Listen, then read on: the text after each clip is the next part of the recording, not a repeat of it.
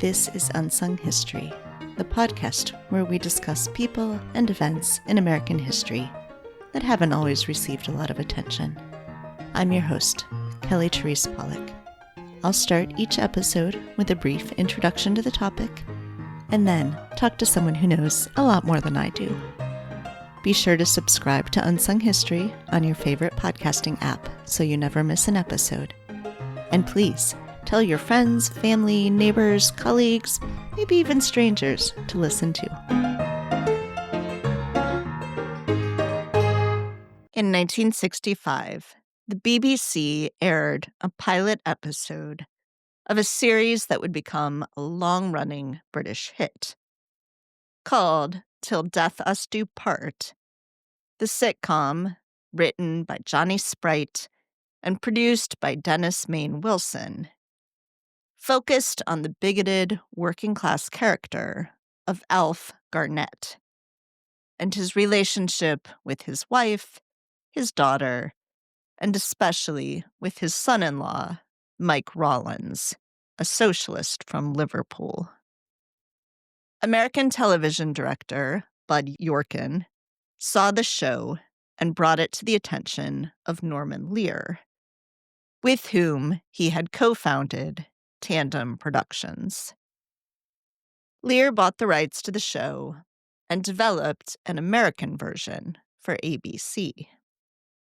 After two pilots in 1968 and 1969, both starring Carol O'Connor as Archie Bunker and Jean Stapleton as Edith Bunker, ABC passed on the show.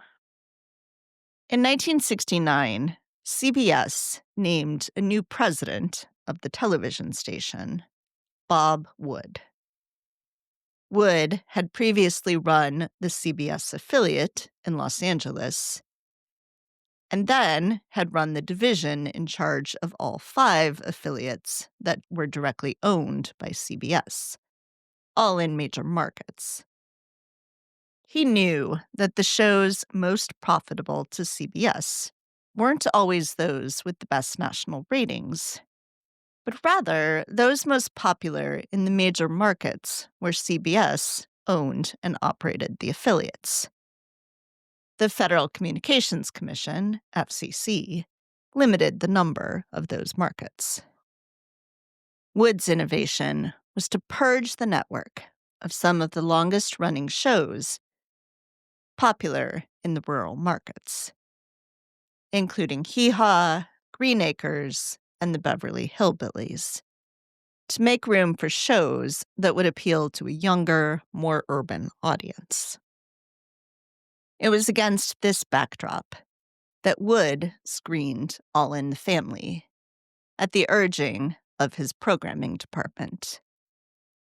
Wood was ready to take a risk on the controversial show and set about convincing the regional affiliates to air the show. It still starred O'Connor and Stapleton, but now added Sally Struthers as their daughter, Gloria Stivic, and Rob Reiner as her husband, Mike. On January 12th, 1971, the first episode of All in the Family hit the airwaves, starting with an advisory message. Quote, "The program you are about to see is All in the Family. It seeks to throw a humorous spotlight on our frailties, prejudices, and concerns. By making them a source of laughter, we hope to show, in a mature fashion, just how absurd they are." Unquote. The network was prepared for a barrage of complaints about the show.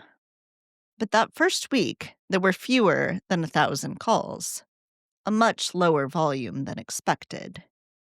And more than 60% of those had positive things to say about the show. Part of the minimal reaction was because very few people had even seen the show. It didn't break the top 40 in Nielsen ratings that week. For their part, critics were conflicted. Although most thought the show was clearly different than what they had seen before, in its willingness to tackle topics that most other TV wouldn't touch at the time. Some were offended, with one AP reviewer calling it, quote, a half hour of vulgarity and offensive dialogue, unquote.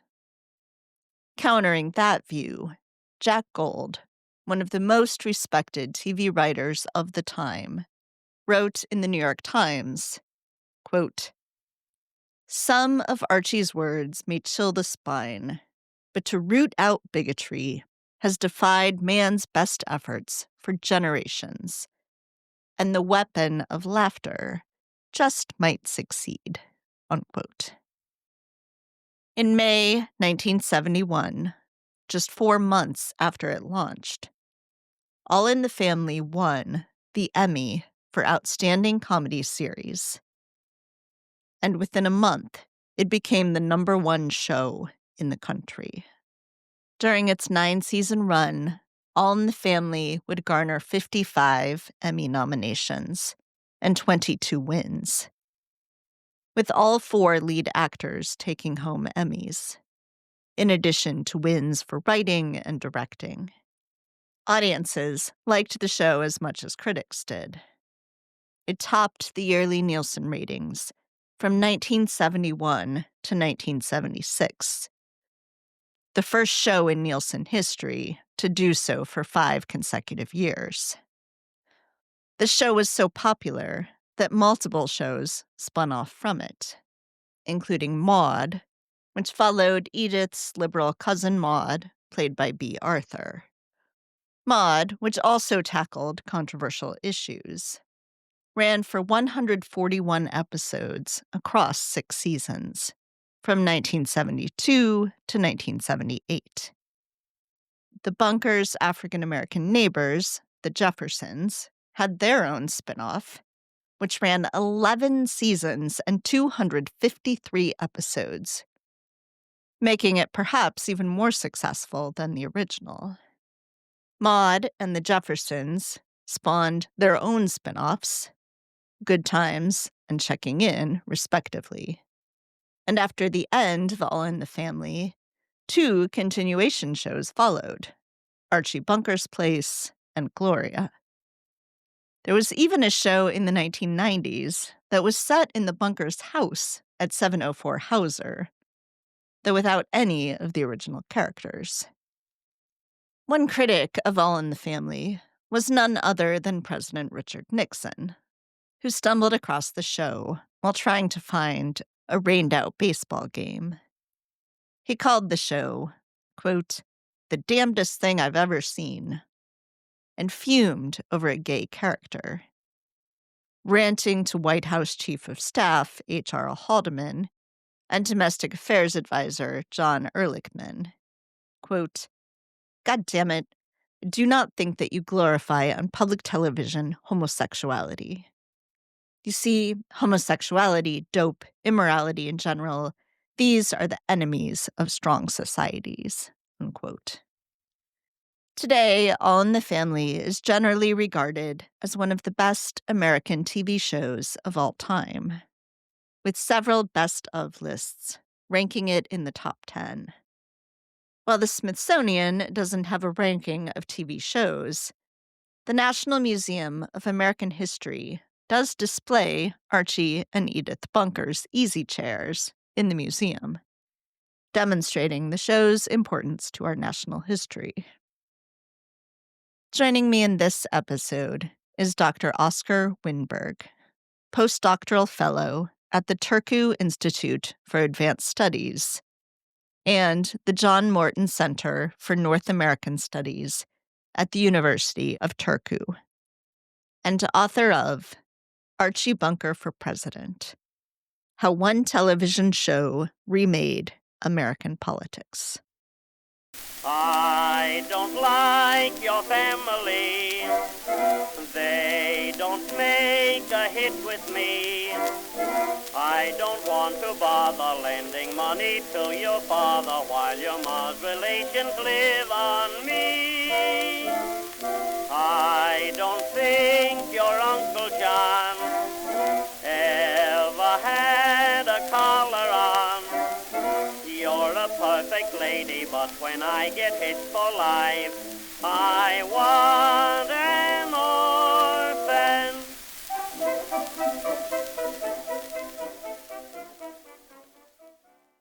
Hi, Oscar. Thanks so much for joining me today. Thank you for having me. I would love to hear a little bit about how you got started on this project and decided to write what I believe was first a dissertation and then a book on All in the Family.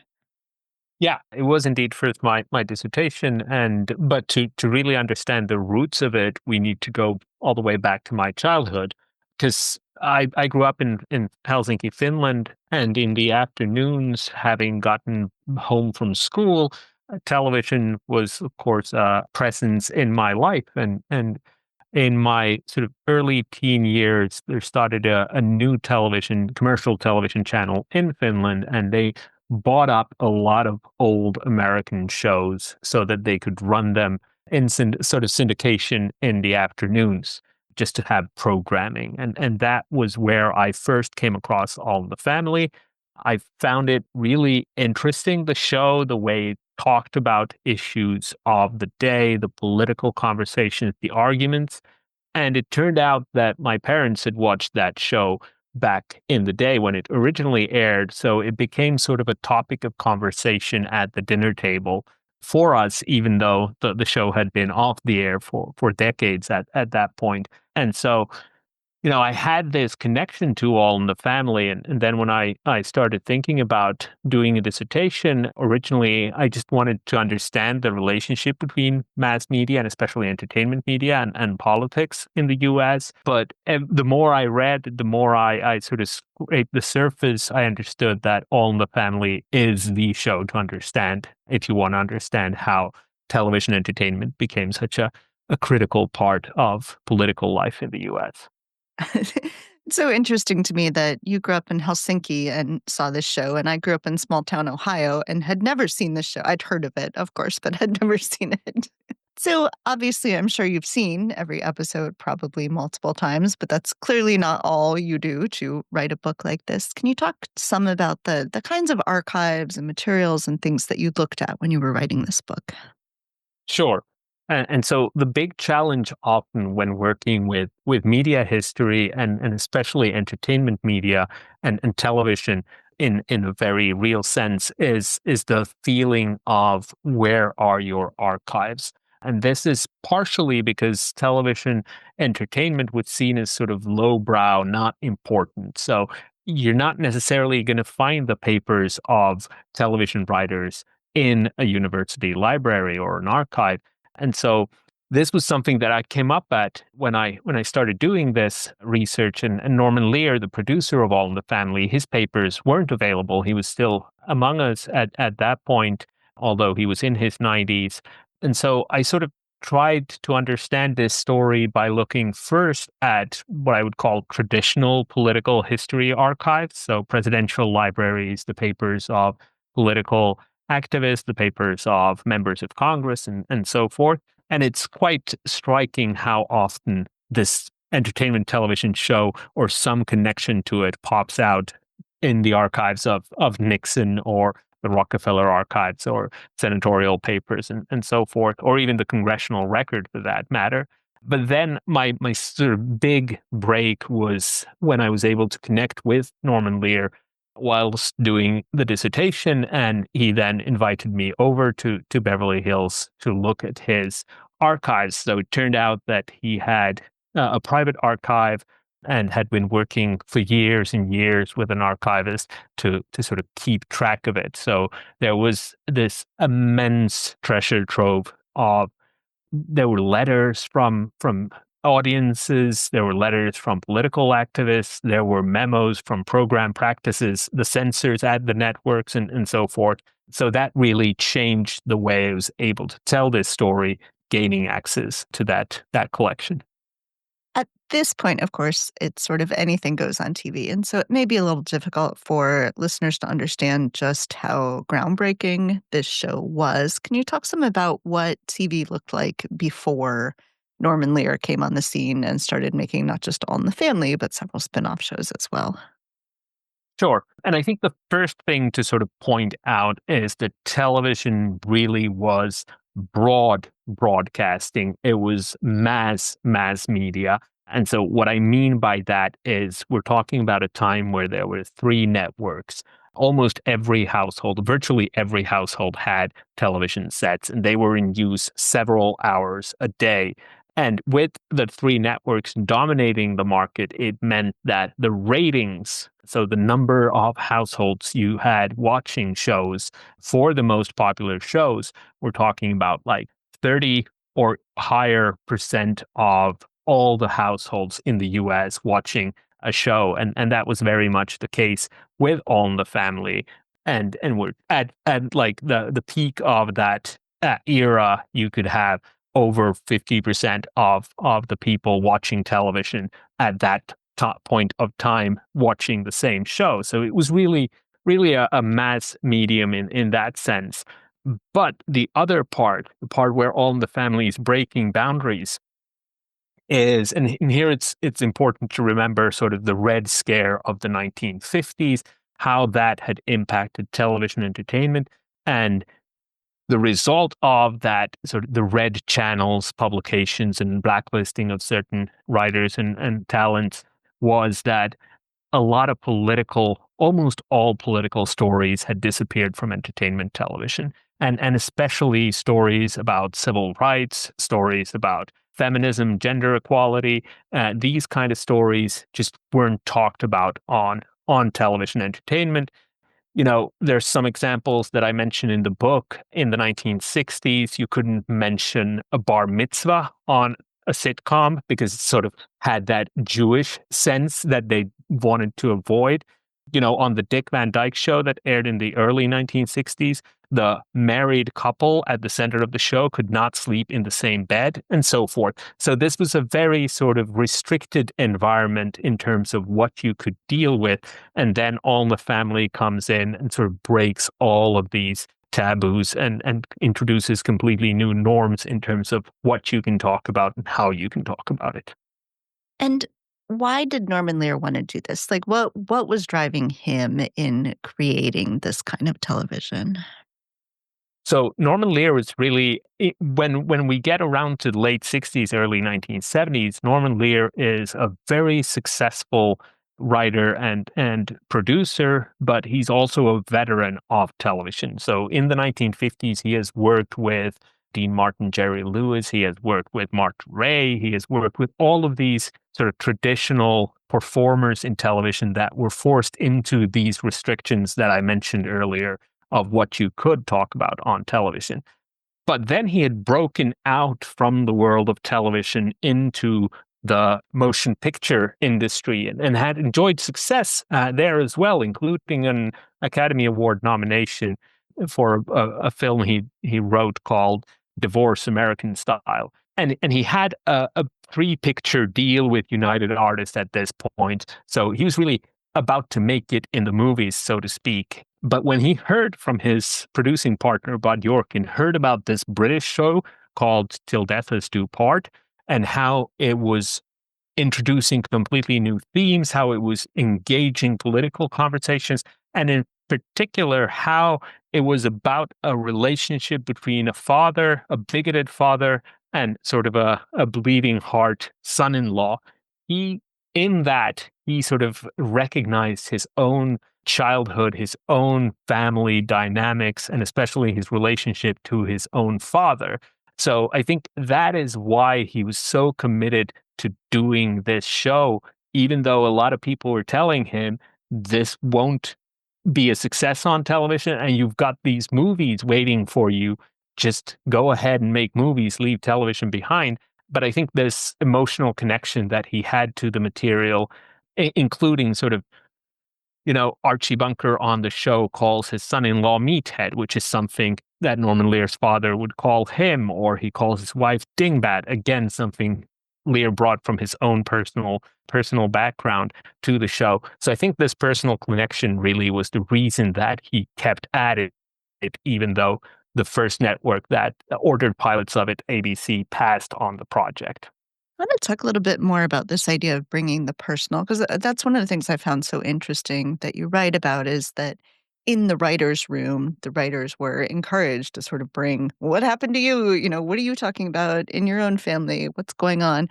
Could you talk some about that? And I mean, that seems like it would be obvious that, of course, you write what you know, but that this is actually something that was innovative about what they were doing.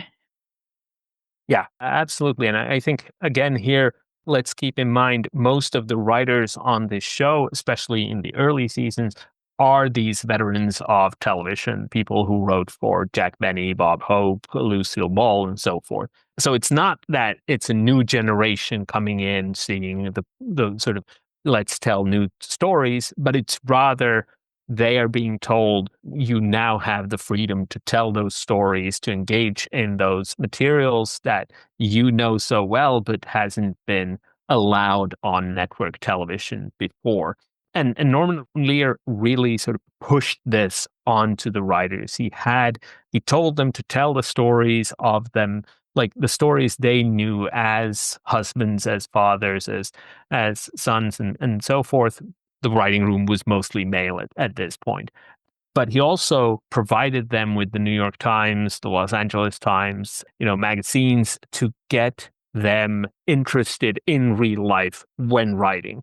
And you have some of the stories, some of the famous stories on the show are plucked from the headlines in the sense of they have conversations about issues in the newspapers, connect those to their personal life. One of these stories is a story about the plight of the elderly in the 1970s, which came from both a personal experience of one of the writers, or actually the director, talking about how his mother was having a hard time making ends meet, and then stories in the Los Angeles Times about a rise in shoplifting among the elderly. And so that got the conversation going, and it turned out to become a very funny sitcom script, but a script with a clear message. We're talking about this issue that seems to be of relevance and have sort of political implications as well.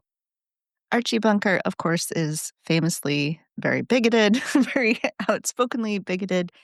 And you talk some about this interesting dynamic of people saying, well, this is just terrible. Other people saying, but, they're making fun of it. So this is good to shine a spotlight on it.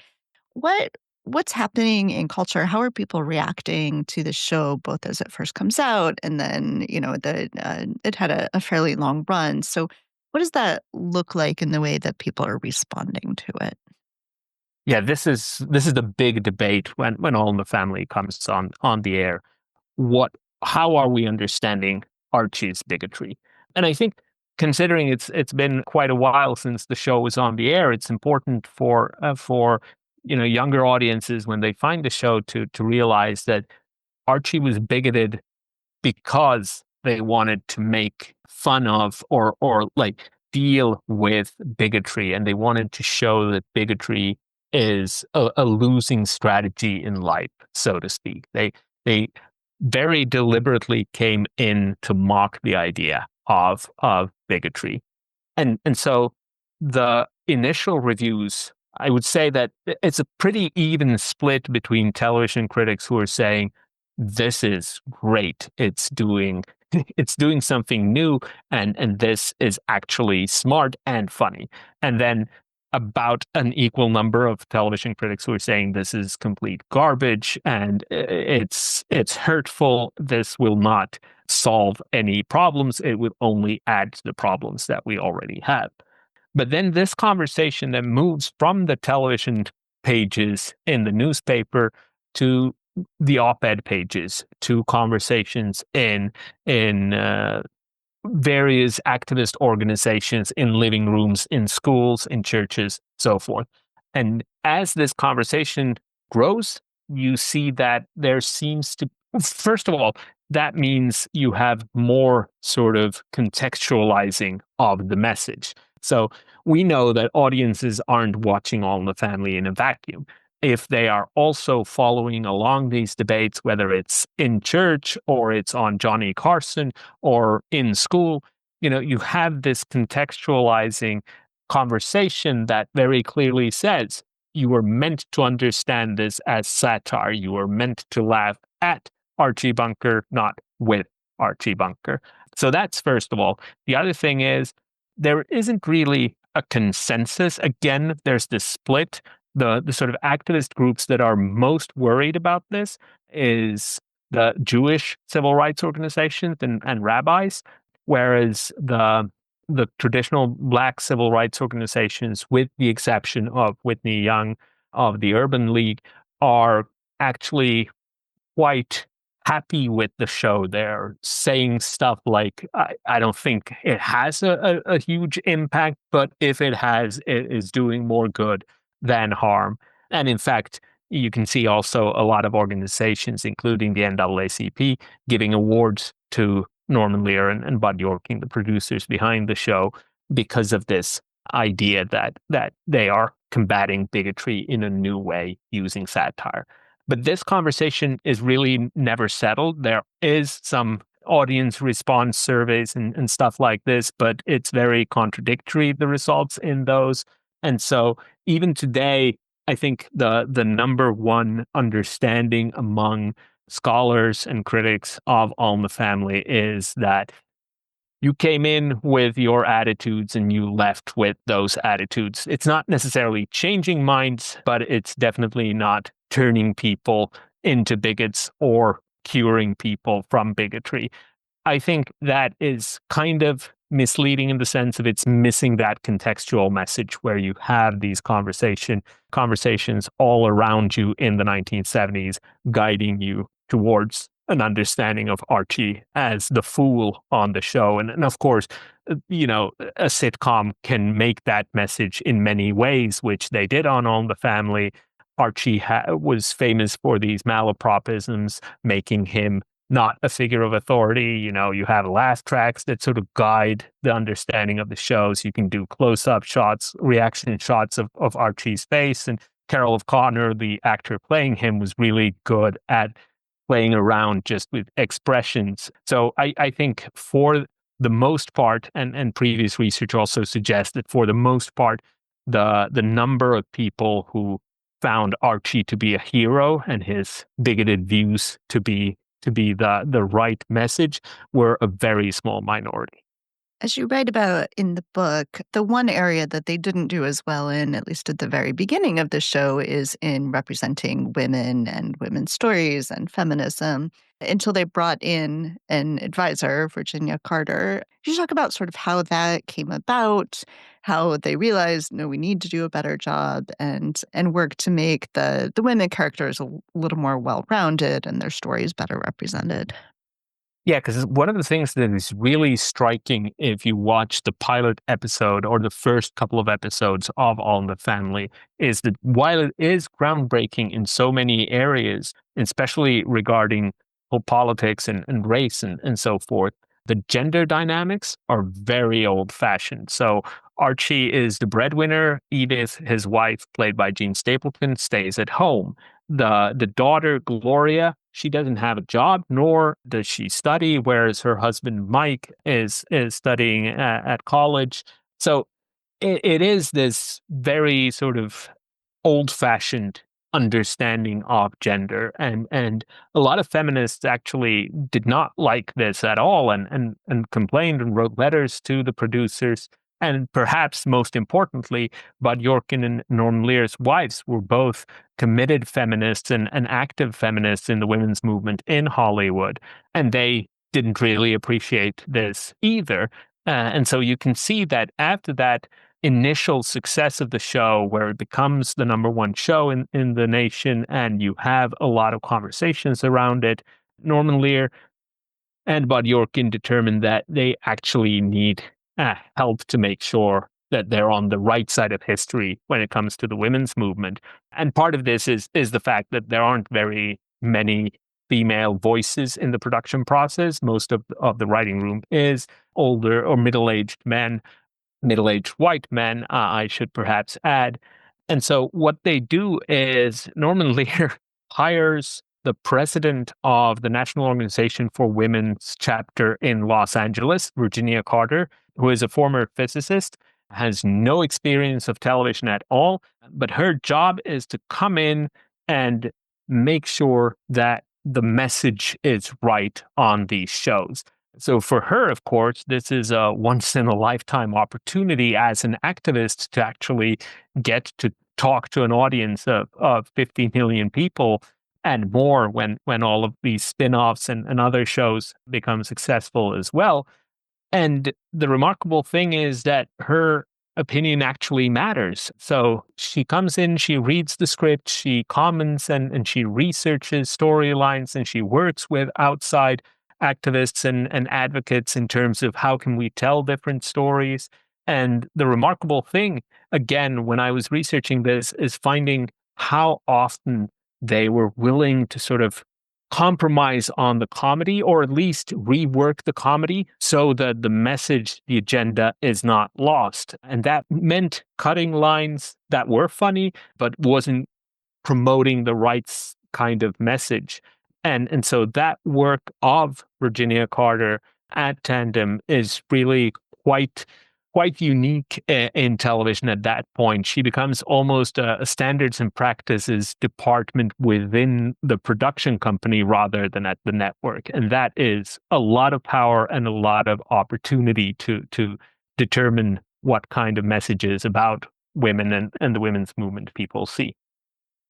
We've been talking about politics in terms of like political ideas and this activism of Virginia Carter. But as you write about in the book, All in the Family gets involved in like explicit politics, presidential campaigns. So what is happening there? Nixon obviously doesn't like the show a whole lot. Nixon doesn't like a lot of things. So what happens when Carol O'Connor, for instance, decides I'm going to get actively involved in campaigning, not just as Carol O'Connor, the actor, but as Archie Bunker? Yeah. And this is the really special thing, and I think it's the perfect storm. It's a moment in politics where the system is changing, the structures are changing. You're moving away from the sort of party system to a primary system and a more media or mediated system with consultants and strategists rather than sort of party figures determining policy and strategy for campaigns.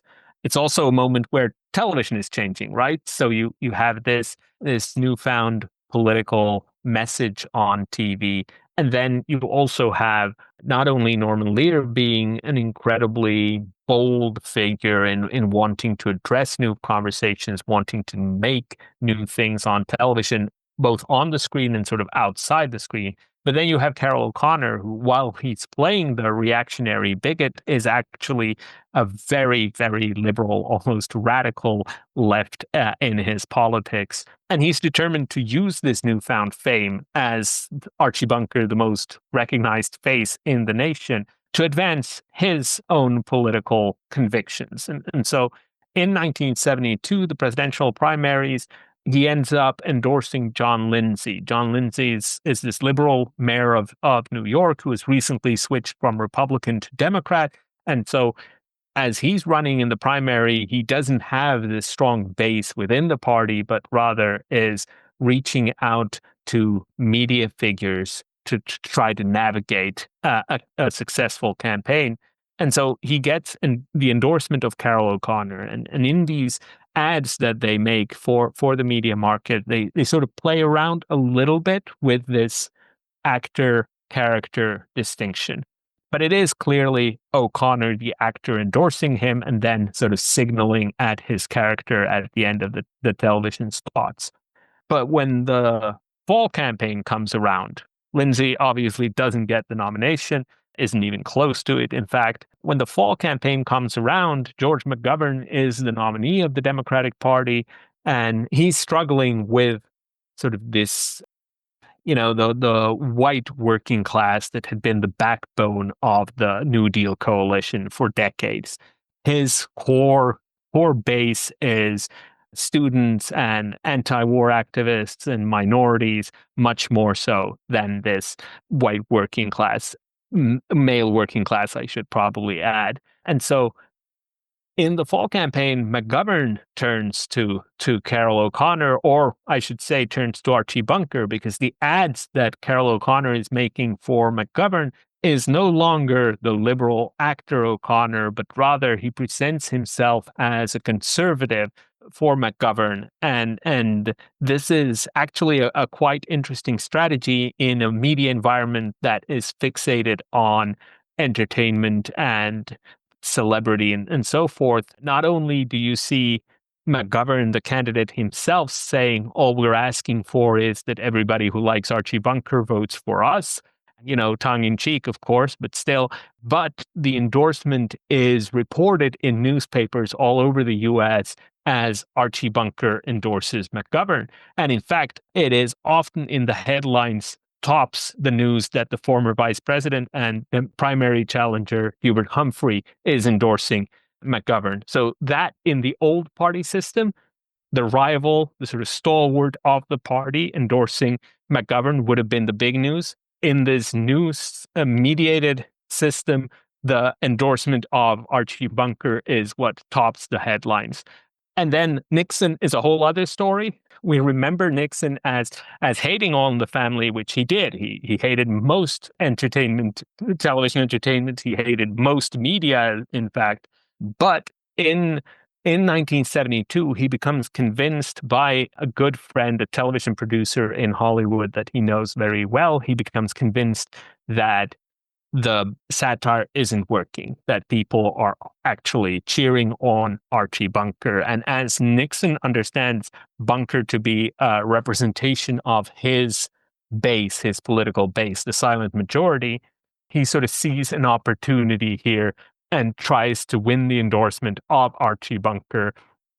He talks about how he wants to cover the nation with images of him shaking hands with Archie Bunker in the Oval Office in the weeks leading up to the election. Of course, that doesn't happen. O'Connor is not the reactionary bigot. He is the liberal actor, and so he ends up endorsing McGovern. But I think the fact that it's not just John Lindsay sort of trying out something new, but it's also McGovern, it's also Nixon. And then this continues in 76 and in 1980, as late as 1992, which is more than 12 years after the show ended. You still have Democrats turning to Archie Bunker for working class credibility and endorsement in ads.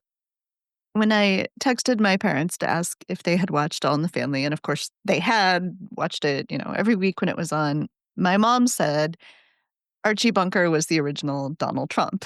And I thought, well, that seems a little unfair to Archie Bunker. But you make a compelling case in the book that All in the Family and the way that it starts to blur politics and entertainment leads to where we are today. I wonder if you could talk us through that. Yeah, so I think Norman Lear would agree. Before he passed, he said that Archie Bunker was always a man sort of out of place, uncomfortable with society changing, but at his heart, he was a kind and a decent man. That's not how Norman Lear understood the current president, and said so openly, in fact. But I still think that Archie Bunker sort of paved the way for Donald Trump. And as you say, it's not about, even if there are similarities between the two characters, sort of who's the most famous bigot from Queens in the 1970s, that was Archie Bunker. Today, it perhaps might be Donald Trump. But I don't think that connection is the reason that Archie Bunker paves the way for Donald Trump, but more so this blurring of entertainment and politics, and especially television entertainment and politics. And that is something that All in the Family and Archie Bunker and Carol O'Connor and Norman Lear all set in motion by trying to use television to engage in conversations of political and social relevance. And they try to use it for good. But over the years, what happens is, if you look at the 1980s, you already start to see politicians making guest cameo appearances on popular sitcoms such as Cheers or other shows. This continues in the 1990s, where you have Bob Dole on Suddenly Susan, I think, and you have Newt Gingrich on Murphy Brown, and you also have a political debate with between the vice president Dan Quayle and the show Murphy Brown, the character Murphy Brown, played by Candice Bergen. So this is shifting already in the 80s and 90s, and it's very much shifting sort of based on the example set by All in the Family. And then Donald Trump is perhaps the one who is most adept at using television entertainment to build an image. And he's, of course, in the 90s on all kinds of comedy shows, from The Fresh Prince of Bel-Air to The Nanny to Sex and the City and so forth. And that is why he's chosen to play the billionaire on The Apprentice. And then he leverages that into a political commentator role on conservative media, especially on Fox News. And that is the sort of the credibility that he stands on when he decides to run for president. And I think it's an aspect we don't talk about enough, is how much that media representation of Donald Trump as this success story, how much that played a role in the 2016 primaries, and how many people were openly saying this to journalists at various Trump rallies, were saying, we've seen him on television being this successful businessman. Surely that's who he is, and that's why we need him in the White House. So I would say that there is a clear line from Archie Bunker to Donald Trump, but it's not necessarily the one we immediately think of. It's more about structures and sort of how the lenses of political media and political storytelling change. We are speaking just over a week after the tragic murders of Rob Reiner and his wife. And of course, you spent a very long time studying Rob Reiner as a subject. I wonder if you could talk some just about what he meant as an actor, as a director, as an activist, and what he meant to you. Yeah, sure. So it was a really hard morning to wake up last Monday to the news that not only had Rob and Michelle Reiner passed, but in such a violent and tragic way. I never met Rob Reiner, I should say. I did have the chance to meet with Norman Lear and Virginia Carter, but never met with Rob Reiner.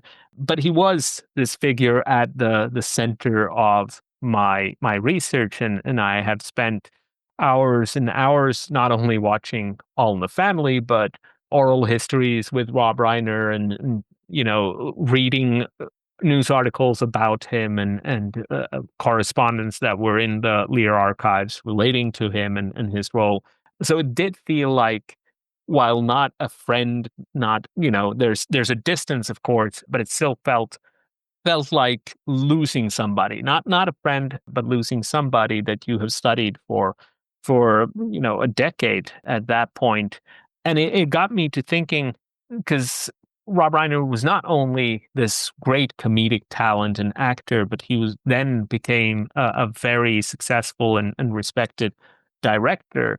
And I think in many ways he followed in the footsteps of both Norman Lear and Carol O'Connor in his interest and his commitment to engage political activism as well, and political movements. And this is clear, in my book. He endorses McGovern in 72. He works for the Equal Rights Amendment in the mid 1970s, but especially in the work after that, and how he spent in the 1990s, and especially in the 21st century, spent so much time and energy on political campaigns. And that's often forgotten, or it's seen as something, some form of just celebrities trying to meddle in politics in a certain sense. But Reiner was really a key figure, for example, in the drive for same-sex marriage in California, as well as other campaigns. And I think we need to understand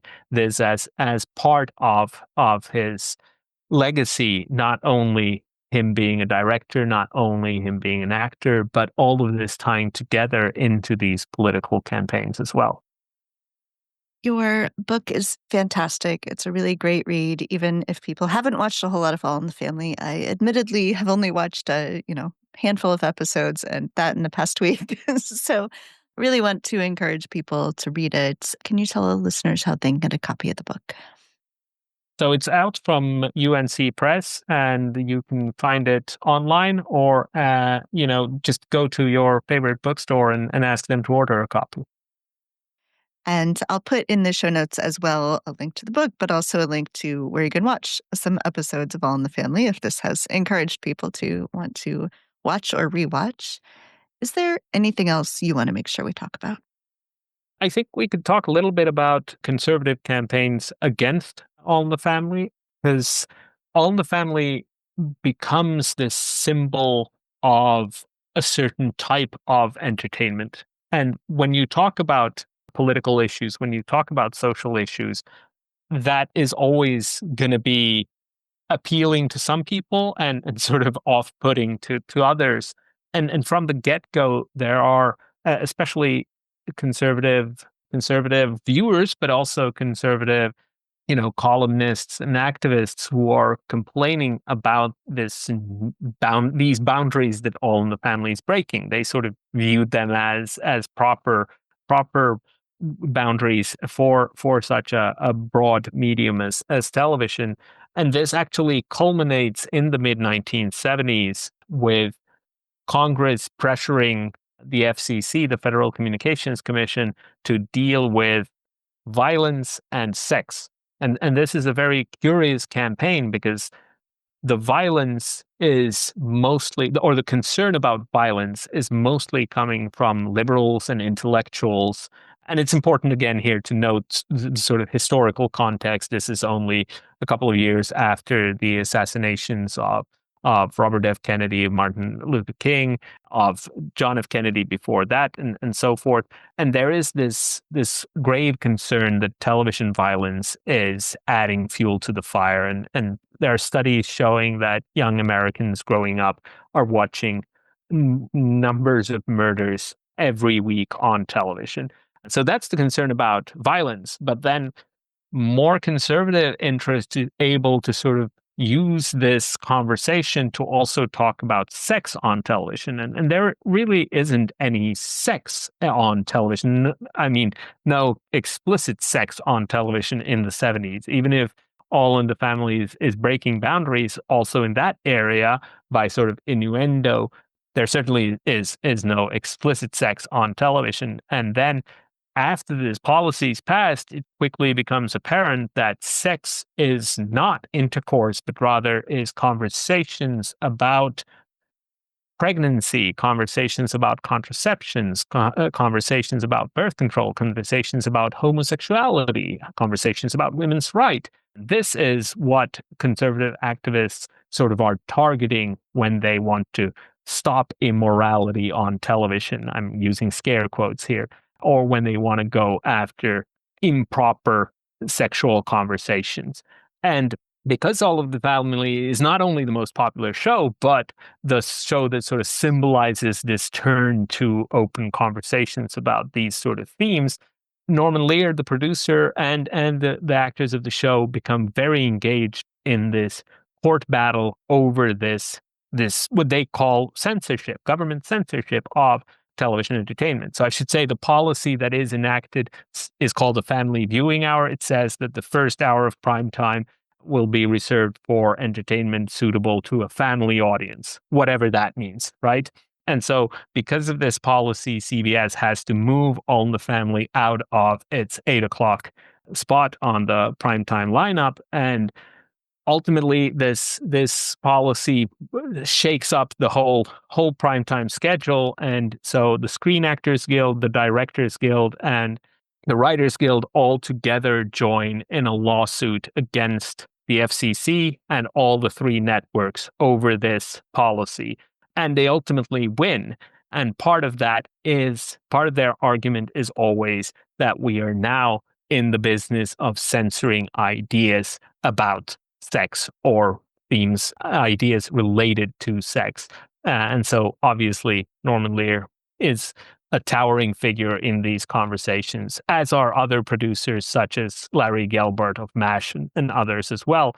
But it really is striking how a lot of these conversations that we see today about, panics about trans rights, for example, or other sort of conservative attack lines against sexual minorities, against gender equality, and so forth, are very much already happening in the 1970s and are proving to be immensely successful in recruitment and fundraising in the 1970s.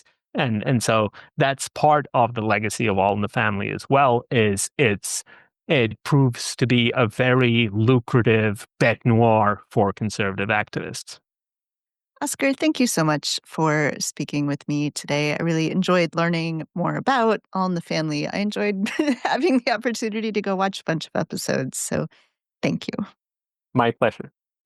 I don't like your family. They don't make a hit with me.